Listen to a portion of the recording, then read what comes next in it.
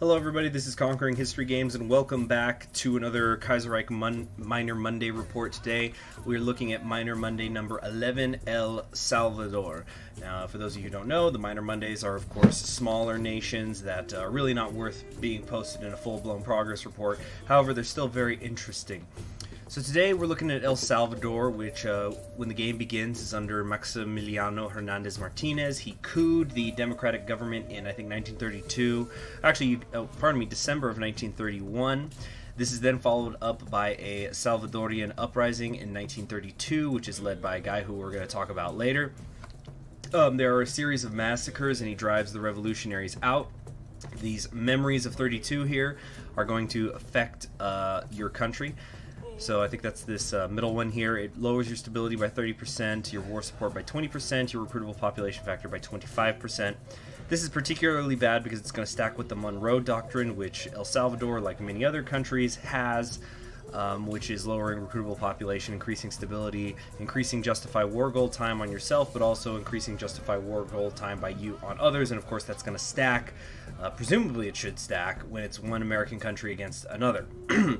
You've also got the leftovers of the Depression that are still hurting you because El Salvador is economically tied to the United States. This depression is also going to get worse when the Black Monday event happens and Germany goes into its depression. So it's going to lower your stability, lower your war support, lower construction speed, lower production efficiency growth, lower factory output. So it's going to get pretty bad. Now you have this guy, Farabundo Marti, who we've got a picture of here. This is the guy who led the attempted socialist revolution in 1932. He ends up fleeing into Mexico. A failed revolutionary who flees to Mexico. Why does that sound so familiar? Anyway, he's going to come back at some point, which is going to lower your stability even more, which I'm starting to wonder, like, are you going to be in negative stabilities at some point as El Salvador? Lowering your war support and increasing the popularity of the syndicalists and the radical socialists. Now, eventually you're going to reach this point where the government is going to have to change, and you have four different options. You can continue to use Maximiliano Martinez here, who appears to be a national populist. He could also be couped by his own military junta, by this man, Osman Aguirre y Salinas, who I'd be willing to guess is a paternal autocrat. Don't know for sure, but that's my guess. Martini could eventually seize control, so that'll put the left wing of political parties in charge. Or you can have Arturo Araujo, who was the one that Martinez initially couped in December of 1931.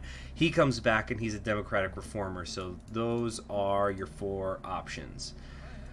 After you've done that, you then can work on your economy. So if you're not allowed to work on your economy until that's done, presumably that's going to happen pretty quick, like in 1936, maybe early 1937. But depending on what political party is ruling the country, you have the two different options here. There's the socialist economy, which seems to have a more international tilt to it. You're going to follow the European method.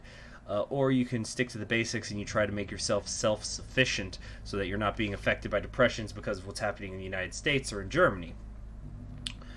And then this is the full tree.